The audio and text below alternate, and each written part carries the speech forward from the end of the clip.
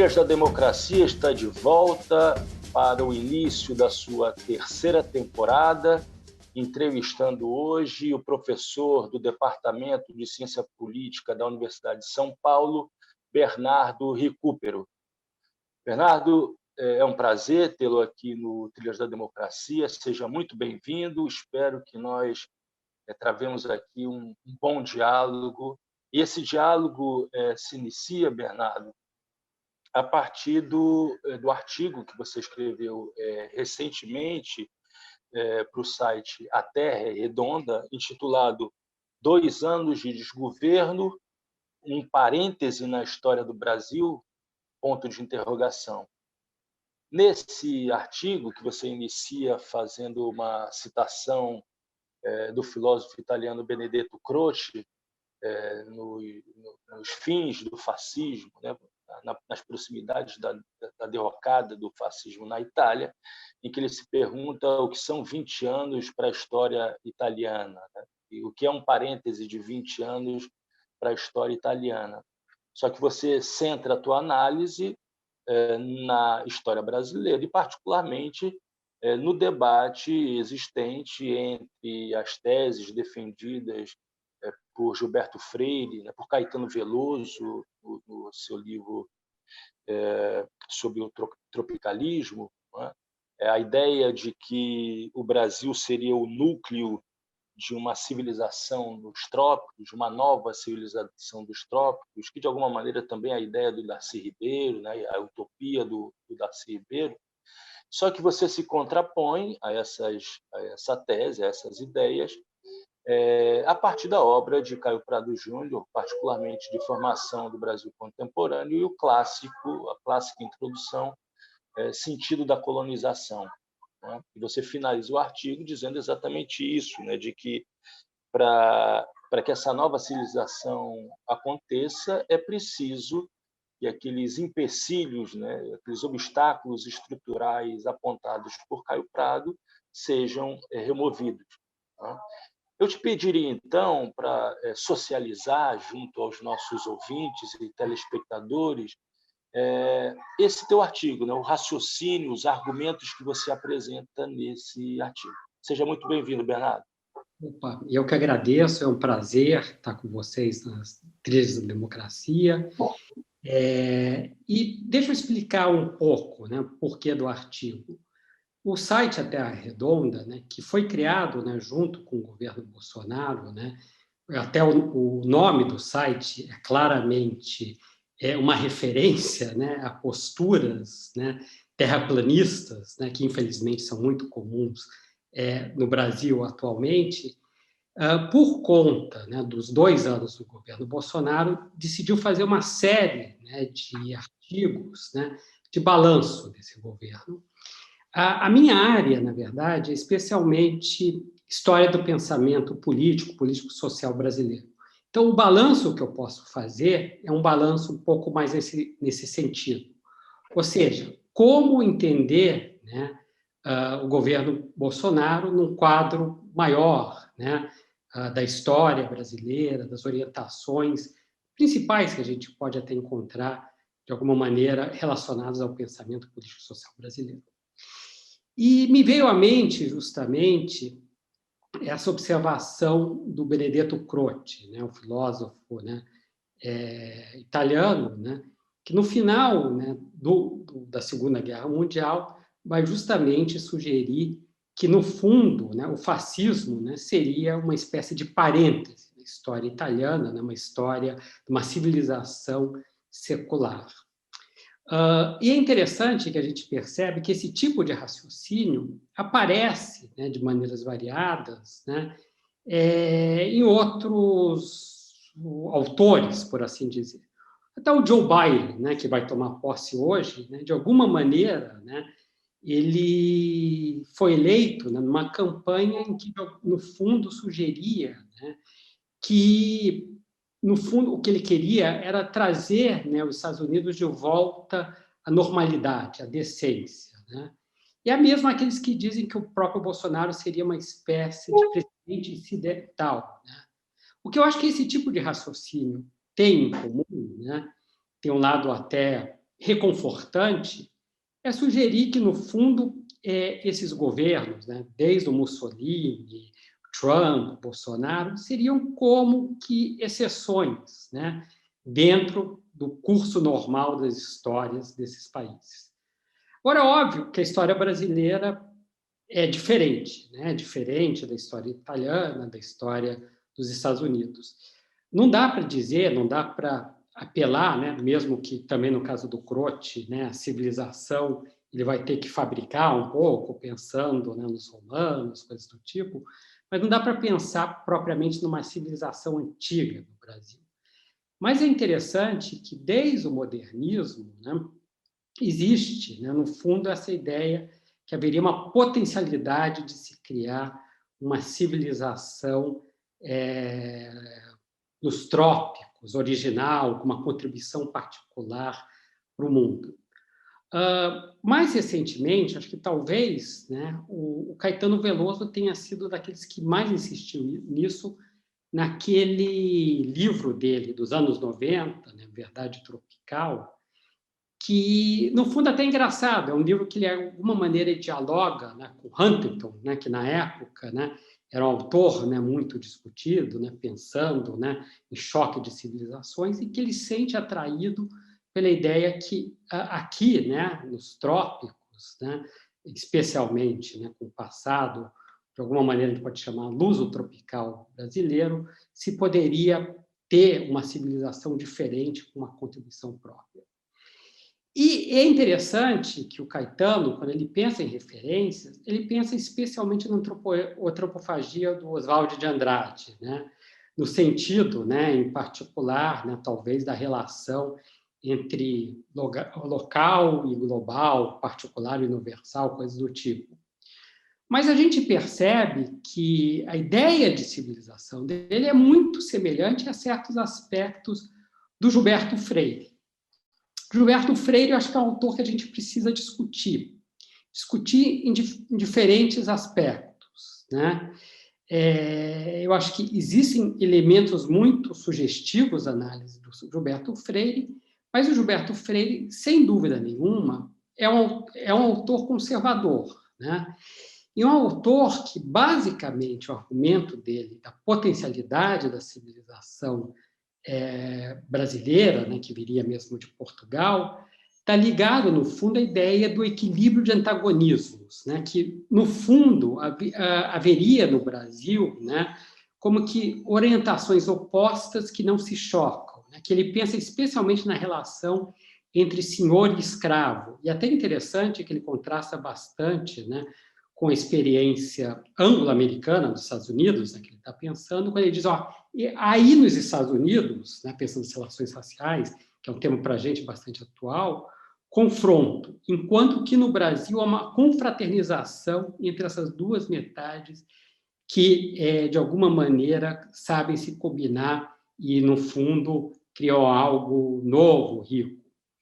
Eu acho que uma interpretação, e mais que uma interpretação, uma linha de interpretação alternativa, é a interpretação do Caio Prado Júnior.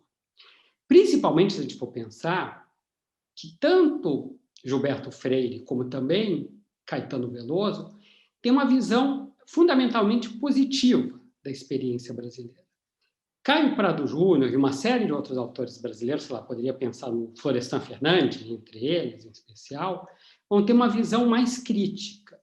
E pensar a colônia, em especial, eles não vão pensar tanto, o Caio Prado não vai pensar tanto como formando, né, uma civilização particular no Brasil, mas, fundamentalmente, como a colônia foi uma grande empresa comercial, né, que, no fundo, está ligada ao que o Caio Prado chama de sentido da colonização, né?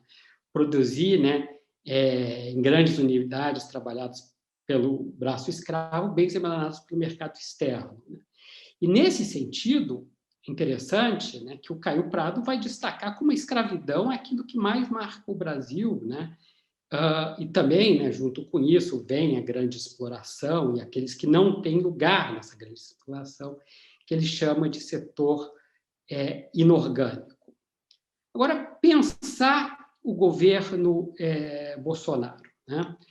em linhas muito gerais, né? Na verdade, foi isso que eu fiz, né? Não tinha como, né? Até, sei lá, no pouco espaço que eu tinha, de desenvolver tanto.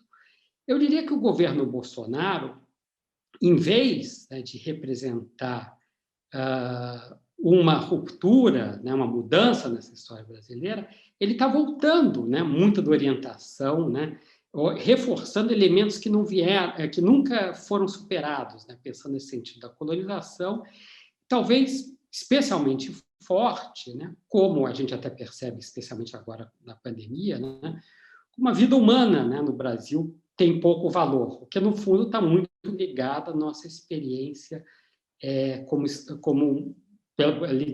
formado, né, como país formado pela escravidão. Então, eu diria que era basicamente essa a ideia, né, do artigo. Né? As linhas gerais foram essas, né? E até no fundo, né, pensar, eu acho que é interessante o raciocínio do Gilberto Freire e do Caetano Veloso, mas tem um problema que falta crítica na perspectiva deles, né? Falta justamente o fato que até o próprio Caio Prado foi influenciado pelo Gilberto Freire, né? No sentido que ele acha que há uma potencialidade de criar alguma coisa nova, diferente no Brasil, mas, no fundo, a gente precisa, em primeiro lugar, superar, né, as condições que vêm da colônia. Né? Aí sim, talvez se possa, superando essa barbárie, né, que é, de alguma maneira, a barbárie bolsonarista, criar uma civilização brasileira. Mas não é algo que já foi realizado, ao contrário. A gente vai ter que enfrentar de uma maneira forte, né, um legado bastante pesado que vem da colônia e que agora apareceu, né, nos últimos anos, pelo menos desde 2016, de uma maneira muito dramática. Bernardo, eu fiz graduação em História no final dos anos 80, e aquela época, Florestan, que você citou, Caio Prado, Jacó Gorender, representavam uma espécie de fôlego, né, naqueles que analisavam a história brasileira do ponto de vista crítico. Só que logo em seguida acontece uma recuperação da obra de Gilberto Freire. Né? Acho que isso coincide com a revalorização, o avanço na academia da chamada Nouvelle Histoire, a nova história francesa, né? E há uma espécie de avanço dessas teses, que a gente poderia chamar de teses culturalistas, né? E começa a se construir um juízo em torno da obra de Caio Prado, de Florestan, né? E até mesmo de Raimundo Fauro, né? De que teriam sido obras muito estruturalistas ou obras que acabavam não apontando uma saída, né, para a história brasileira. Os níveis de dependência, a continuidade desse processo de colonização que não se interrompe nunca. E logo em seguida vem os anos Lula, que representou uma espécie de otimismo também, né, de que era possível se construir alguma coisa nova no Brasil. A obra de Caetano, né, e essa recuperação de Gilberto Freire não representaram uma forma de combate a essas teses dos autores do pensamento crítico marxista no Brasil e, como tal, dificultam a construção de um olhar crítico sobre o que acontece hoje no Brasil sob o governo Bolsonaro? Eu acho que você toca num ponto importante, né? Eu diria que a falta de uma perspectiva crítica, de alguma maneira, né, acabou fazendo com que a gente estivesse pouco aparelhado, né, para lidar, né, com o que estamos vivendo, né, pelo menos desde 2016, com o golpe parlamentar, e ainda de maneira mais dramática, né, com o governo Bolsonaro, né, que é explicitamente, né, a defesa, né, de posições que a gente pode chamar, no mínimo, retrógradas, né, e até de afirmação de coisas que a gente imaginava que não tinham espaço no Brasil. Os motivos que essa perspectiva mais crítica perdeu espaço, né, eu acho que são variados, né? A gente pode pensar num ambiente, né, intelectual, cultural, como você estava lembrando, né, que a partir, então, talvez dessa época, depois dos anos 80, né, isso foi se estreitando com diversos motivos, né, para que isso acontecesse. Um dos motivos interessantes que a gente pode pensar é justamente o fim do socialismo real, né? O desmoronamento, né, da experiência, né, do socialismo real, o Muro de Berlim, né, de alguma maneira simbolizou isso, e que, conjunto com isso, se pensou que também, né, o marxismo, né, meio que iria rodando. Agora, o que se perdeu, né, independentemente, né, daquilo que também, né, precisaria ser criticado nessas experiências, né, era justamente uma capacidade, eu volto a insistir, né, crítica, né, que é ligada ao marxismo e não só ao marxismo, né, que, na verdade, né, nos últimos anos não teve grande espaço, né, no pensamento brasileiro, né, se a gente for pensar, né? Então, a perspectiva, por exemplo, do Caetano Veloso, né, que é uma perspectiva, eu volto a insistir, como acho também o Gilberto Freire, é uma perspectiva interessante, que vale a pena se dialogar, mas justamente se perde de vista, né, aquilo que talvez é o mais marcante, né, na experiência brasileira, né? Que é uma experiência, a gente não pode esquecer, né, de um país que foi formado como uma colônia, né, em que, no fundo, né, os interesses da grande maioria da população pouco espaço tinham, né? Nesses termos, né, mesmo se pensar para ir além, né, de análises, sei lá, como as do Caio Prado, Florestan, mesmo Raimundo Fauro, que você falou, outros autores, em alguma medida, antes, né, é preciso ter um bom balanço desses trabalhos, e até para que você possa enfrentar as questões do dia, né, que, de alguma forma, a gente hoje tem mais dificuldade justamente, até porque também, né, se a gente for pensar no ponto de vista brasileiro, talvez a experiência da transição, né,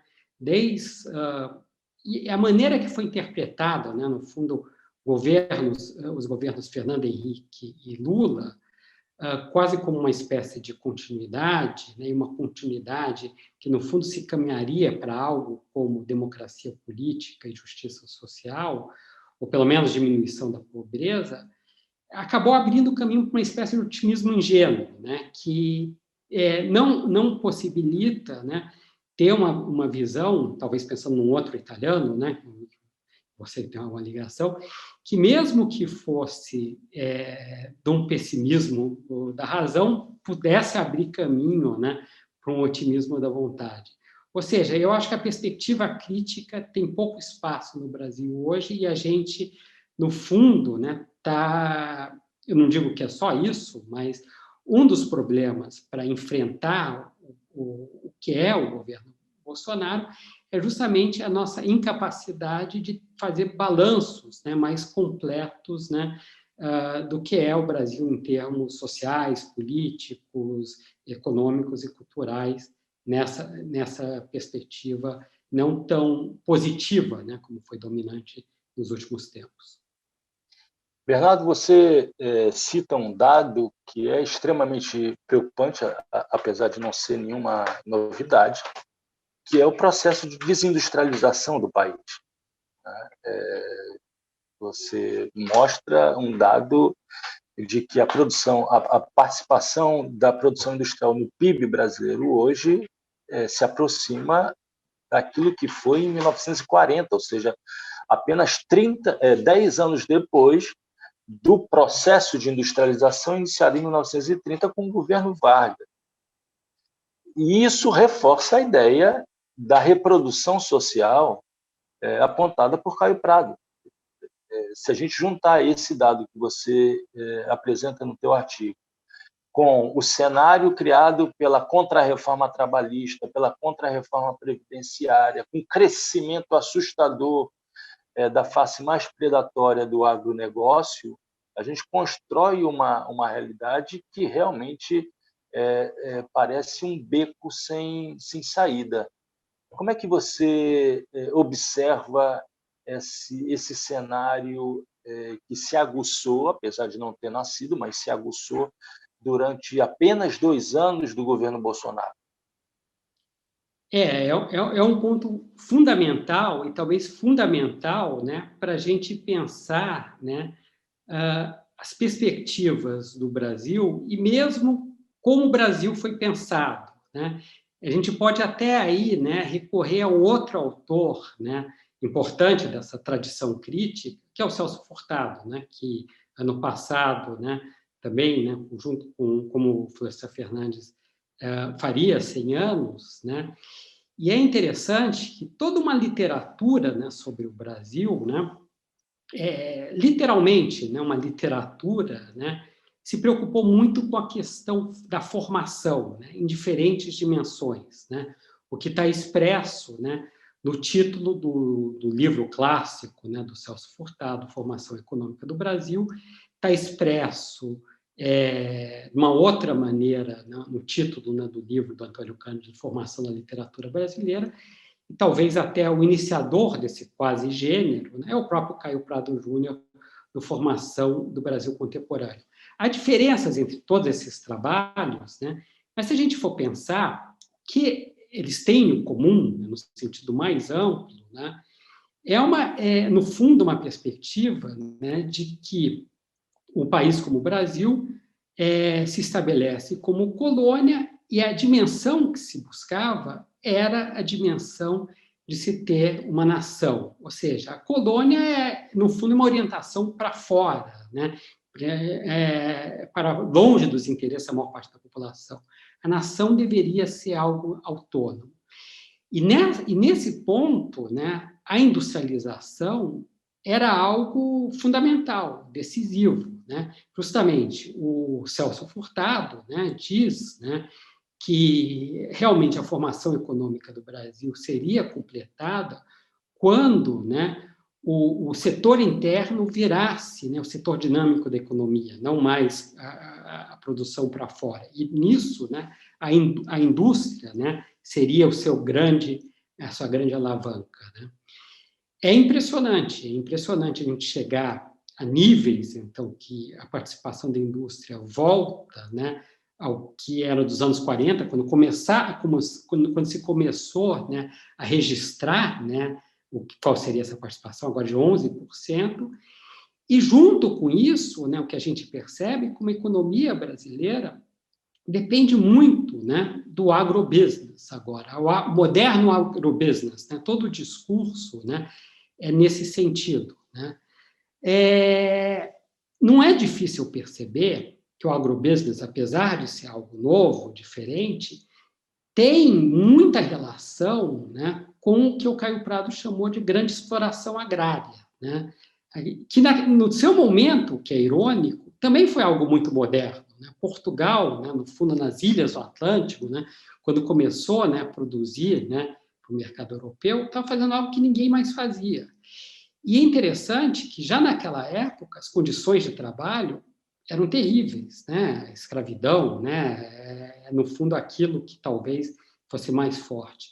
Mesmo hoje em dia, né? Não por acaso, né? Muitas vezes, fiscalização do Ministério do Trabalho encontra o quê? Aquilo que eles chamam de condições análogas ao trabalho escravo, né? Isso quando essa fiscalização não é, né, coibida, né, como tem acontecido recentemente, por motivos óbvios, né?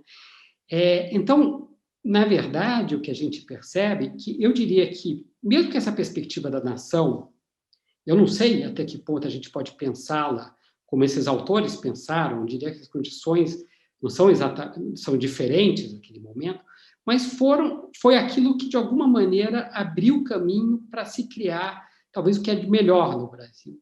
isso está, de alguma maneira, se perdendo, né, voltando para uma orientação que, no fundo, vem, né, da própria colônia.